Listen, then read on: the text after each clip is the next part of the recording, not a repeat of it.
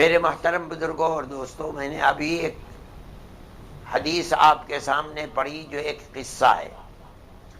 نبی کریم علیہ السلام جزیرۃ العرب پر جب اسلام کی حکومت ہو گئی اور یمن تک اسلام کے حلقہ بگوش بن گئے، تو آپ نے ان لوگوں کی تعلیم کے لیے اپنا امیر، یوں کہیے گورنر بنا کر حضرت معاذ بن جبل رضی اللہ تعالی عنہ کو بھیجا۔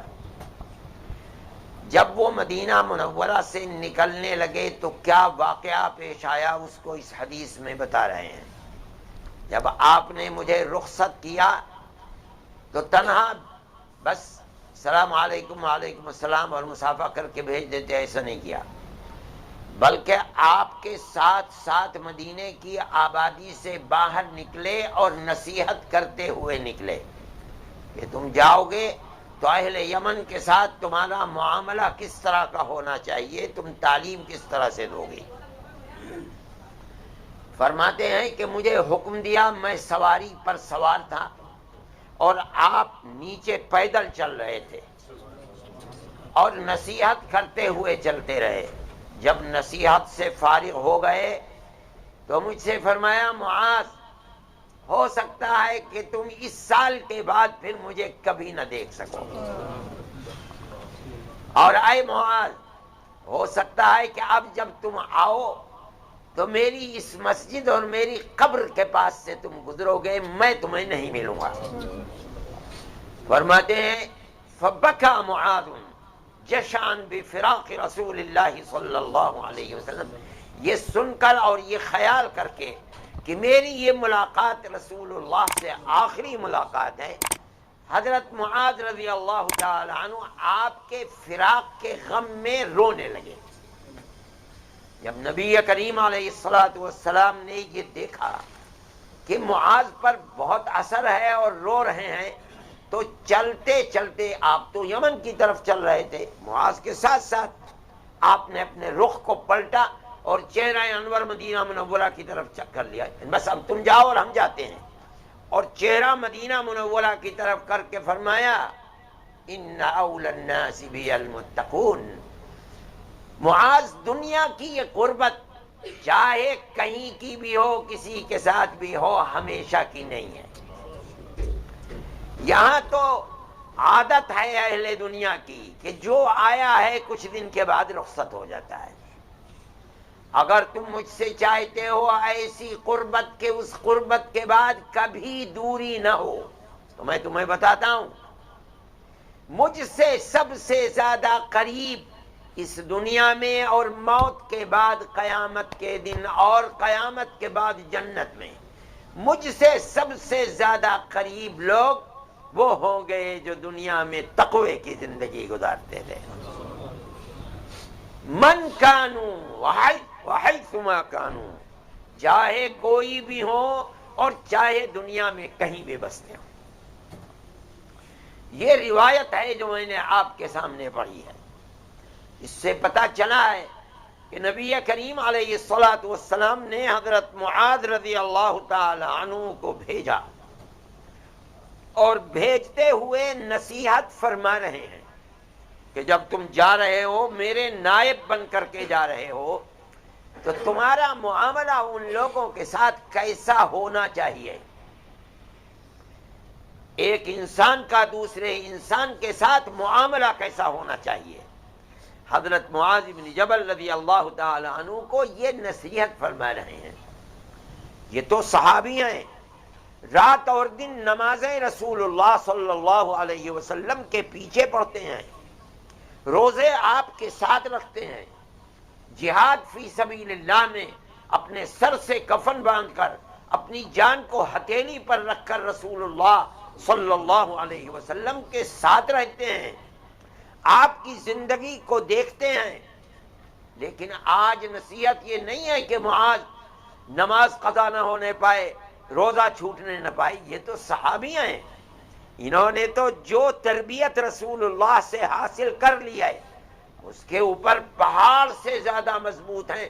پہاڑ ٹل سکتا ہے یہ لوگ رسول اللہ کی زندگی سے دائیں بائیں نہیں ہو سکتے۔ آج کیا نصیحت فرما رہے ہیں کہ معاذ جاؤ گے تو تمہارا معاملہ ان کے ساتھ کیسا ہونا چاہیے۔ نصیحت یہ ہے تم ان کو بلاؤ گے کس چیز کی طرف، تم دین کو پیش کیسے کرو گے، تم ان کے ساتھ اٹھنا بیٹھنا اپنے معاملات کس طرح کے رکھو گے، یہ نصیحت فرما رہے ہیں۔ اور اس کے بعد یہ فرماتے ہیں کہ اب میرا آخری وقت ہے۔ کیا مطلب ہے؟ کہ اللہ نے مجھے جس چیز کے لیے بھیجا تھا اپنے دین کو قائم کرنے کے لیے، وہ مقصد آہستہ آہستہ 23 سال کے اندر پورا ہو گیا۔ اب دنیا میں میرے رہنے کی کوئی ضرورت نہیں ہے۔ اور اسی کو قرآن کے اندر فرمایا گیا تھا کہ آپ کو تو دنیا میں بھیجا گیا ہے اللہ کے دین کے جھنڈے کو بلند کرنے کے لیے۔ جب آپ نے یہ دیکھ لیا کہ مکہ فتح ہو گیا، اللہ کا گھر جہاں غیر اللہ کی پرستش ہوتی تھی، اللہ نے اس گھر کو غیر اللہ شرک و کفر سے آزاد کر دیا اور فتح مکہ ہو گیا، اور لوگ فوج در فوج دین کے اندر داخل ہونے لگے، اسلام کو قبول کرنے لگے۔ اب آپ سمجھ لیجئے کہ آپ کی بعثت کا مقصد پورا ہو گیا۔ رسول اللہ صلی اللہ علیہ وسلم جانتے ہیں اس کو، اس لیے حضرت معاذ رضی اللہ تعالیٰ عنہ سے فرما رہے ہیں میں تمہیں بھیج رہا ہوں، خوب سمجھ لو کہ یہ میری تمہاری ملاقات آخری ملاقات ہے۔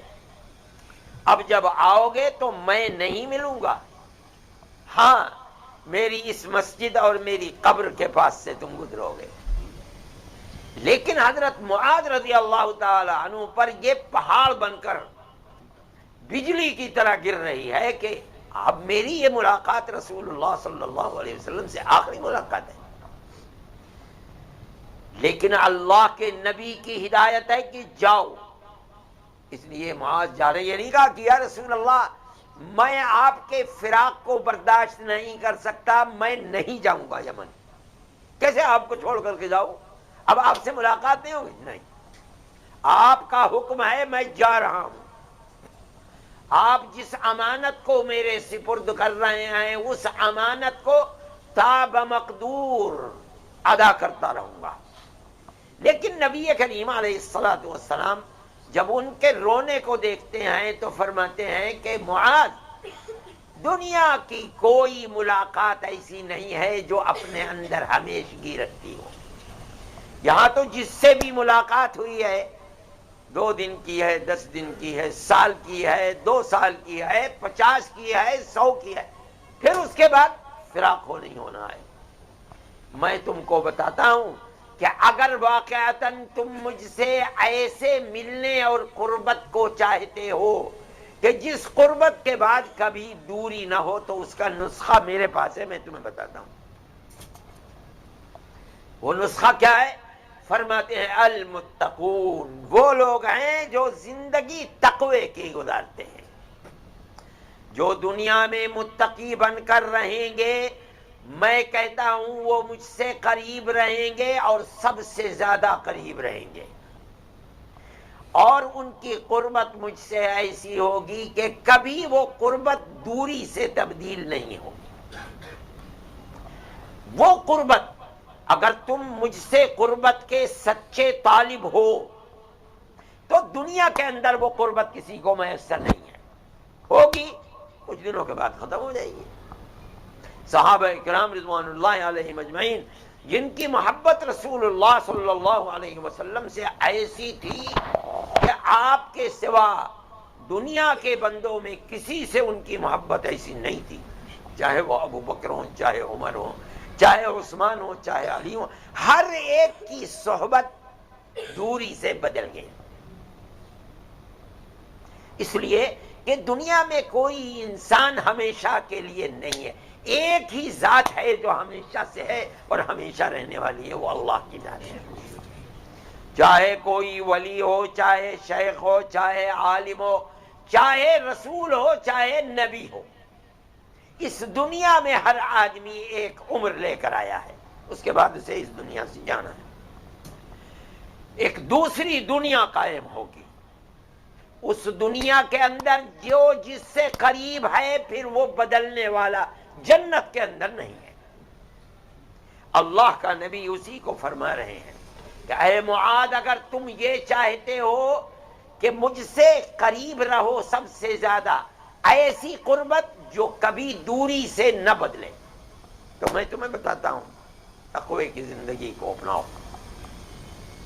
اگر تم متقی بن کر دنیا میں رہو گے تو میں آج آخرت سے پہلے اسی دنیا میں تمہیں بشارت دیتا ہوں کہ تم مجھ سے سب سے زیادہ قریب رہو گے۔ یہ میرا ایک ضابطہ ہے دیا ہوا تمہیں، اصول، کہ مجھ سے سب سے زیادہ قریب، ایسا قریب جس کی قربت کبھی بدلے گی نہیں۔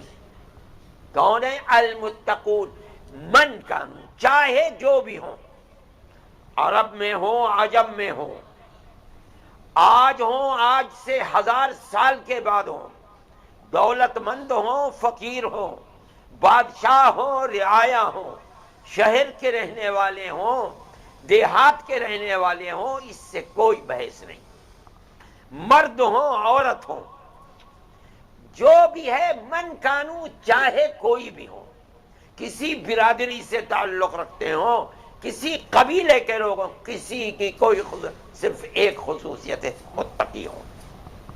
پھر وَحَيْثُ مَا كَانُوا، چاہے دنیا کے کسی بھی ملک میں آباد ہوں۔ یہ نہیں ہے کہ میری قربت مدینے والوں کو حاصل ہوگی، مکے والوں کو حاصل ہوگی، یمن والوں کو نہیں ہوگی، ہانگ کانگ والوں کو نہیں ہوگی، ہندوستان پاکستان والوں کو نہیں۔ اللہ کا نبی فرماتا ہے چاہے جہاں آباد ہو، اگر میری قربت چاہتے ہو تو صرف ایک ہی شرط ہے، تقوی کی زندگی۔ جو دنیا میں متقی بن کر رہے گا وہ میری قربت کا حقدار بنے گا، ایسی قربت کے اس قربت کے بعد کبھی دوری نہیں ہوگی، اور وہ تو جنت ہے۔ میرے بھائی، متقی کہتے کس کو ہیں؟ اور متقی تقوی اتنی بڑی چیز ہے، قرآن کہتا ہے اعدت للمتقین، ہم نے جنت کو بنایا، جنت بنائی گئی ہے متقیوں کے لیے۔ اللہ اکبر، یہ جنت حقدار اس کے متقی ہیں۔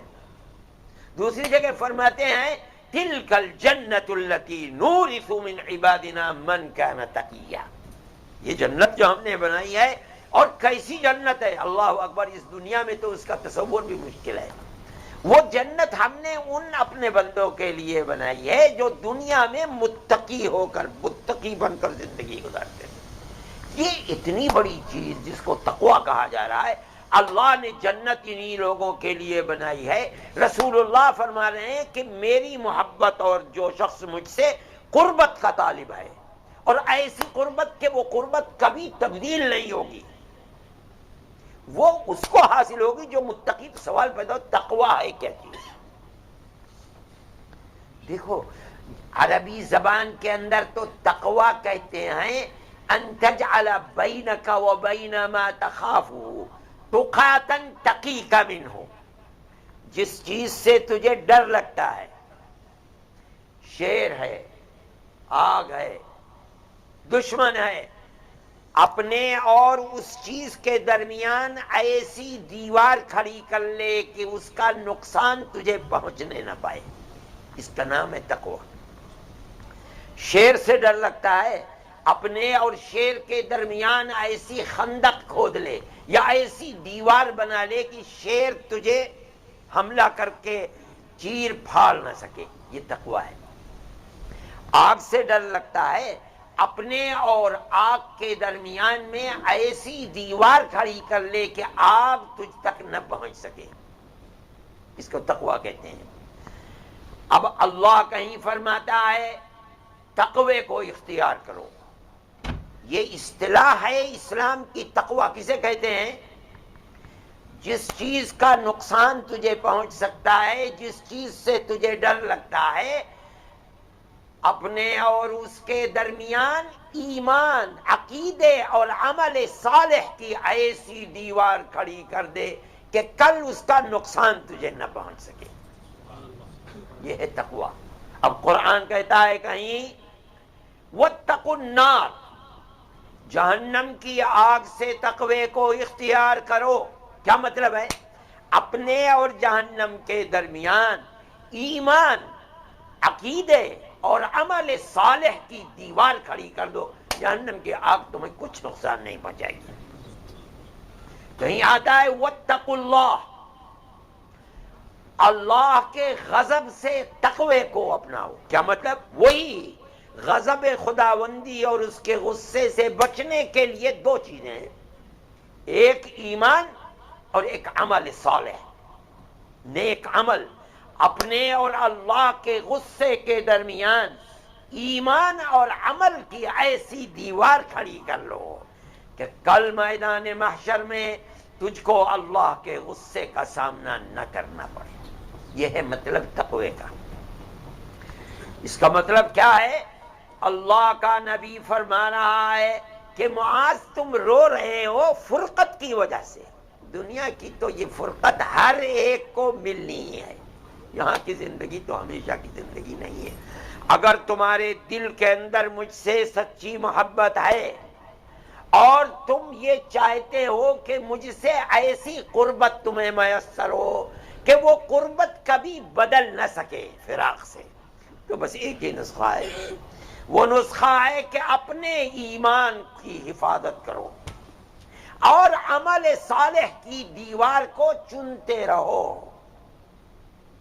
اگر تم نے موت کے وقت تک اپنے ایمان کی حفاظت کر لی اور برابر رات اور دن عمل صالح کرتے رہے، برائیوں سے بچتے رہے، تو یاد رکھو میں تمہیں آج دنیا میں بشارت دے رہا ہوں کہ کل جنت میں تم مجھ سے اتنے قریب ہوگے، سب سے زیادہ قریب ہوگے، اور ایسی قربت جو پھر کبھی فراق سے بدلے گی نہیں۔ نبی کریم علیہ الصلوۃ والسلام کا یہ ارشاد ہے۔ اس کا مطلب ہے کہ متقی کبھی وہ آدمی نہیں ہو سکتا جس کے پاس ایمان نہیں ہے،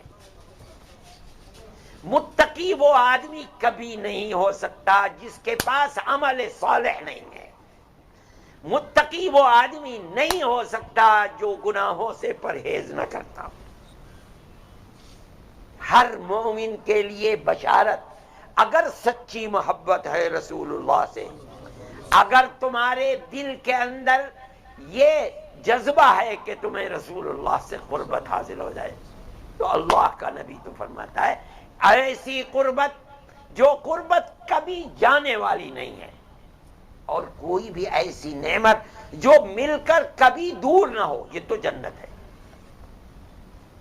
دنیا کی ہر نعمت ختم ہونے والی ہے۔ الا کل شیء ما خلا اللہ باطل وکل نعیم لا محالۃ زائل، دنیا کی ہر نعمت زائل ہونے والی ہے، ہاں ایسی نعمت جو ہمیشہ رہنے والی ہے وہ تو جنت کی نعمت ہے مومن کے لیے۔ اللہ کا نبی اسی کو فرما رہا ہے اور ساری امت کو پیغام دے رہا ہے کہ مجھ سے قربت کو اگر چاہتے ہو تو اپنے ایمان اور اپنے عمل کو صالح کرو۔ ایمان کا کیا مطلب ہے؟ لا الہ الا اللہ محمد رسول اللہ، اللہ کے سوا کوئی اللہ نہیں ہے اور محمد صلی اللہ علیہ وسلم رسول اللہ ہیں۔ لیکن رسول اللہ جو کہتے ہو، ہمارا تو ایمان ہے محمد رسول اللہ، مگر رسول اللہ کا مطلب کیا ہے اس کو سمجھنے کی ضرورت ہے۔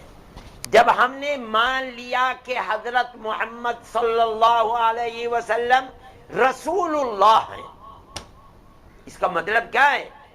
اس کا مطلب ہے کہ ہمارا عقیدہ ہے دل سے دماغ سے کہ حضرت محمد صلی اللہ علیہ وسلم کی زبان مبارک سے جو بات نکلی وہ حق ہے۔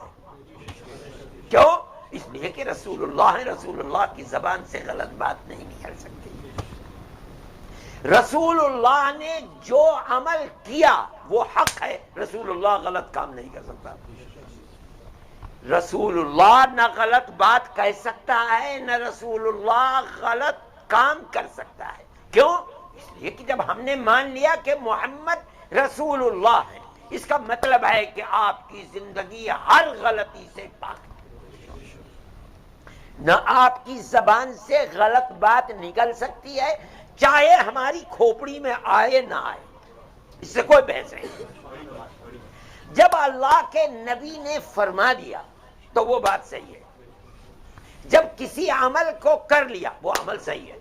یہ ہمارا ایمان ہے، ہمارے دماغ میں آئے یا نہ آئے اس سے کوئی بحث نہیں. یہ مطلب محمد رسول اللہ کا، اور امت اس پر قائم ہے بنیادی طور پر. ارے بھائی یہ قرآن رکھا ہوا ہے، ہمارا ایمان ہے کہ یہ اللہ کی کتاب ہے، حضرت محمد صلی اللہ علیہ وسلم کے مبارک سینے پر اتری ہے. 1400 سال سے یہی عقیدہ ہے. ہم اس کتاب کو سر پر رکھتے ہیں، سینے سے لگاتے ہیں، نمازوں کے اندر پڑھتے ہیں، ویسے بھی پڑھتے ہیں. یہ بتاؤ کس نے دیکھا ہے کہ یہ کتاب آسمان سے رسول اللہ پر اتری ہے؟ کوئی دیکھنے والا ہے؟ کوئی تو نہیں ہے. لیکن ہمارا ایمان ہے، ہمیں ٹکڑے ٹکڑے کر دو، جان سے مار دو، ہم یہی کہیں گے کہ یہ اللہ کی کتاب ہے. کیوں کہیں گے؟ رسول اللہ نے فرمایا ہے کہ اللہ کی کتاب ہے، ہماری آنکھوں نے نہیں دیکھا، ہم نے نہیں دیکھا ادھر، ہم مانتے ہیں. جیسے آنکھ سے دیکھ کر یقین ہے، اسی طرح رسول اللہ کی زبان سے نکلا یقین ہے. بھئی مسلمان کا عقیدہ ہے کہ جب مرے گا قبر کے اندر فرشتے آئیں گے، اٹھائیں گے، کہیں گے من ربک، تیرا رب کون ہے، تیرا دین کیا ہے، اور یہ کون ہے؟ رسول اللہ صلی اللہ علیہ وسلم. بھلا بتائیے، ساری دنیا کے ڈاکٹر کہیں گے غلط غلط، مر گیا مر گیا، اب کیسی زندگی؟ اللہ کے نبی نے فرمایا کہ جب لے کر مردے کو چلتے ہیں تو مردہ کہتا ہے قدمونی قدمونی، مجھے جلدی لے کر چلو، جلدی، اگر وہ مومن ہے. کیوں؟ اس لیے کہ اللہ کا نبی فرماتا ہے وہ خدا کی رحمت منتظر ہے، قبر میں یہ دیکھ رہا ہے. اب ساری دنیا کے ڈاکٹر کہہ رہے مر گیا، اس کی آنکھوں میں تو روشنی آئی نہیں. لیکن ہم مانتے ہیں کہ اللہ کے نبی نے فرمایا، اس لیے ساری دنیا کے ڈاکٹر کہیں نہیں ہوتا، ہم کہتے ہیں حق ہے. کیوں؟ رسول اللہ نے فرمایا ہے، اور رسول اللہ ہیں محمد، ان کی زبان سے کوئی بات غلط نہیں نکل سکتی. یہ عقیدہ ہے. دیکھو ہمارے ہی نہیں، اسلام میں جب سے رسول اللہ آئے ہیں اس وقت سے لے کر آج تک مومن کا عقیدہ یہی ہے. ایک دن اللہ کے نبی در دولت سے باہر آئے مکہ معظمہ میں، اور آ کر کے فرمایا کہ بھائی آج تو عجیب واقعہ پیش آیا. میں گھر میں سو رہا تھا، ایک میرے داہنی طرف ایک میرے بائیں طرف، درمیان میں لیٹا ہوا تھا. فرشتہ آیا اور مجھے اٹھایا، اور اٹھا کر کے مجھے کعبۃ اللہ میں حتیم میں لا کر کے رکھا، مجھے لٹا دیا، اور لٹا کر کے فرشتے نے میرے سینے کو چاک کیا، میرے دل کو نکالا. ان کے پاس چینی کی تشت تھی، چاندی کی تشت تھی، میرے دل کو اس کے اندر رکھا.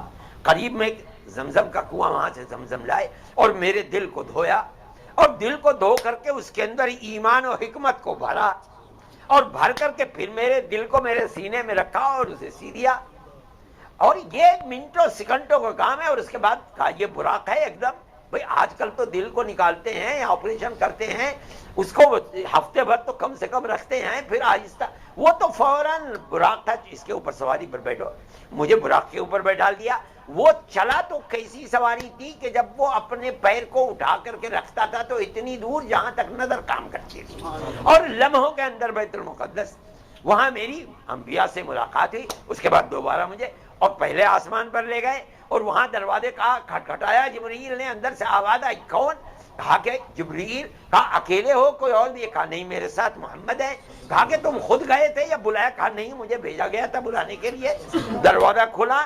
اس کے بعد دوسرے آسمان پر پھر یہی سوال و جواب، پھر یہی بات، اور دروازہ، یہاں تک کہ 7ویں آسمان پر میں پہنچا، اور وہاں اس کے اوپر اللہ سے ملا، اور اللہ نے مجھے 5 نمازیں دے کر کے بھیجا ہے. یہ سارا ماجرا ہے، اور یہ لمحوں کے اندر ہو گیا. جو لوگ قریش جو آپ کے مخالف تھے، ایمان ان کے سینے میں، کہا محمد یا ایھا الذی نزل علیہ الذکر انک لمجنون، ارے تمہارا تو دماغ بہہ گیا ہے، تم تو مجنون ہو گئے ہو۔ بھلا عقل کی کوئی بات ہے یہ؟ ہمیں یمبو اور جدہ جانے میں صبح سے شام ہو جاتی ہے، رات ہو جاتی ہے، اور تم بیت المقدس اور بیت المقدس سے آسمانوں میں، اور وہاں سے صبح پوری ہونے سے پہلے تم دنیا میں بھی آ گئے۔ بھلا کہیں عقل کے اندر یہ بات آتی ہے؟ تم تو بہکی بہکی باتیں کرنے لگے ہو۔ اب دیکھو، یہ تو وہ لوگ تھے جن کے دل میں ایمان نہیں تھا۔ ادھر سے ابو بکر آ گئے، کہا ابو بکر دیکھو تو کیا ہو گیا، تمہارے تو محمد روزانہ ایک نیا شگوفہ کھلاتے ہیں، ذرا دیکھو تو کیا کہنے، کہا کیا کہنے، کہا یہ کہہ رہے ہیں، یہ کہہ رہے ہیں، یہ کہہ رہے ہیں، یہ کہہ رہے ہیں۔ بھلا عقل میں آتی ہے؟ کہا کہ کس نے کہا؟ کہا محمد نے کہا۔ کہا اگر ساری دنیا کہے کہ غلط ہے، ابو بکر کہے گا بالکل سچ ہے۔ کیوں؟ اس لیے کہ میں تو روزانہ وہی ان کے اوپر اترتی ہے، جبریل آسمان سے اللہ کا پیغام لے کر کے آتے ہیں، اور ابو بکر اس کی تصدیق کرتا ہے۔ آج اگر کہہ رہے ہیں، اس سے کوئی بحث نہیں ہے کہ میری دماغ میں آتا ہے نہیں آتا ہے، نہیں، ساری دنیا انکار کرے، ابو بکر کہے گا بالکل سچ۔ کیوں؟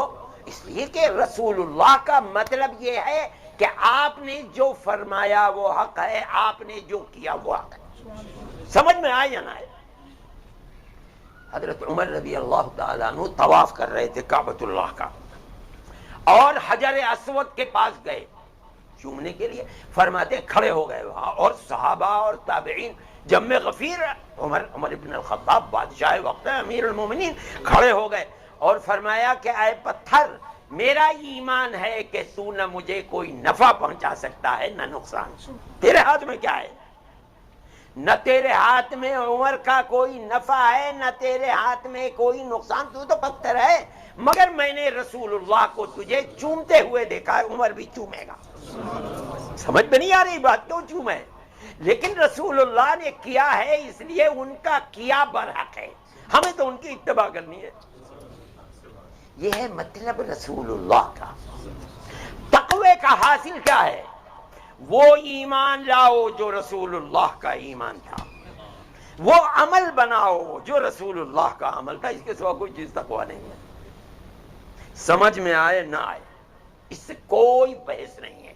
اسلام کے اندر جب غلامی کا توق رسول اللہ کی اپنے گردن میں ڈال لیا، اب اس سے کوئی بحث نہیں کہ کیا ہے، ہمیں کوئی اس سے بحث۔ رسول اللہ یہ عمل کرتے تھے، ہم بھی کریں گے۔ میرے بھائی یہی ہے تقویٰ، اور اس کے سوا کچھ نہیں۔ جو نہیں کرتے تھے نہیں کریں گے، جو کرتے تھے کریں گے، دماغ میں آئے نہ آئے، الجھن ہو نہ ہو، اس سے کوئی بحث نہیں ہے۔ جس آدمی نے یہ کر لیا وہ سچا محبت کرنے والا ہے، اس کو اس کا صلہ یہ ملے گا کہ وہ رسول اللہ سے قربت کل جنت میں اسے ایسی میسر ہوگی کہ کبھی فراق نہیں ہوگا، اور اگر نہیں تو میرے بھائی وہ اللہ کے نبی کے قریب نہیں رہے گا۔ یہ ہے حدیث کا مطلب۔ سمجھ میں آئے نہ آئے، رسول اللہ نے جو فرمایا ہے اس کو اپناؤ، جو کیا ہے اس پر عمل کرو، تب تو تمہاری سچی محبت ہے، اور کل رسول اللہ سے ایسی قربت ہوگی کہ وہ قربت کبھی بدلے گی نہیں، ورنہ نہیں۔ میرے بھائی میں اس لیے کہہ رہا ہوں کہ بھائی کماؤ، خوب کماؤ رہو، مگر اپنی زندگی، اپنی صورت رسول اللہ جیسی بناؤ۔ داڑیاں رکھو، کیوں؟ اس لیے کہ رسول اللہ رکھتا تھا۔ داڑھی رکھو اس لیے کہ رسول اللہ نے حکم دیا تھا۔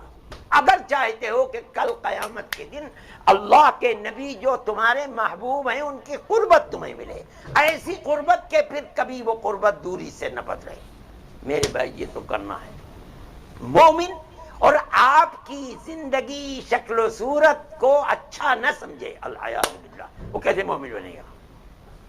میں کبھی کبھی پرائم منسٹر سے کوئی ضرورت ہوتی ہے ملنے کے لیے جاتا ہوں ہندوستان کے، دیکھو وہ مومن نہیں ہے سکھائے، اگر وہ اپنی داڑھی کھول دے تو یہاں تک پہنچے گی، اور بادشاہ ہے ہندوستان جیسے ملک کا، مگر گرو نانک کی داڑھی تھی اس لیے کٹوائے گا نہیں۔ دیکھو یہ زندہ قوم کی بات ہے۔ اور میں دیکھتا ہوں مسلمان کو کبھی فقیر پیسے مانگنے اور داڑھی مڑوا کر کے آتا ہے، میں سوچتا ہوں دیکھو تو یہ بیوقوف کو۔ میرے بھائی اللہ کے نبی کی محبت، اور جو مومن اور ہر مومن چاہتا ہے کہ کل قیامت کے دن اس سے شفاعت کی بھیک مانگے گا، اور رسول اللہ شفاعت فرمائیں گے، مگر شفاعت کا حقدار بننے کے لیے اس محبت کا اظہار کرنا پڑے گا کہ آپ نے جو فرمایا وہی حق ہے، جو کیا وہی حق ہے۔ اگر مومن نے اپنی زندگی ایسی بنا لی تو میرے بھائی وہ ایسی زندگی ہے کہ آپ کی قربت کل قیامت کے دن ایسی ملے گی کہ پھر وہ بدل نہیں سکتی۔ میرے بھائی یہی مطلب ہے اس حدیث کا۔ اس لیے میرے بھائی جہاں رہو کماؤ، جو جی چاہے حلال کماؤ، حرام نہ کماؤ، حلال میں خرچ کرو، حرام میں خرچ نہ کرو، اور اپنا صورت اور اپنی سیرت دونوں رسول اللہ جیسی بناؤ، تاکہ اللہ کی رحمت رات اور دن برسے، اللہ کی قربت میسر ہو، اللہ کے نبی کی قربت میسر ہو، اور ایسی قربت جس کے بعد کبھی دوری نہ ہو۔ یہ اہل جنت کے لیے بہت بڑی نعمت ہوگی کہ اپنے رسول کے ساتھ امتی اپنی زندگی گزار رہا ہے۔ اس کا مطلب ہے کہ یہ اللہ کا محبوب ہے، اور اللہ نے اپنے سب سے بڑے محبوب کے ساتھ قربت کی نعمت اسے نوازا ہے۔ اللہ ہم سب کو عمل صالح کی توفیق عطا فرمائے، اور میرے بھائی ایمان آخری سانس تک اللہ اس کی حفاظت فرمائے، ہماری دنیا اور ہماری آخرت کو اللہ بہتر فرما دے، اور ہمیں تقوی کی زندگی گزارنے کی توفیق اللہ عطا فرمائے، ہمارے ظاہر اور باطن کو بہتر فرما دے، اور اللہ ہمیں دین و ایمان پر استقامت عطا فرمائے۔ وصلی اللہ تعالی علی خیر خلقہ سیدنا محمد وعلی آلہ